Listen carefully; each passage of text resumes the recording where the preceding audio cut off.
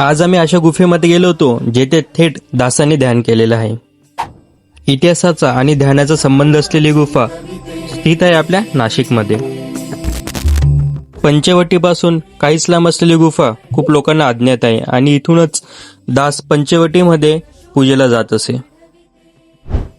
आणि या ठिकाणी ध्यानाची गुफा असून सोबतच दासांनी येथे गोमय हनुमानाची स्थापना सुद्धा केली आहे। गोमय हनुमान म्हणजे जो हनुमान गायीच्या शेणापासून बनलेला असतो।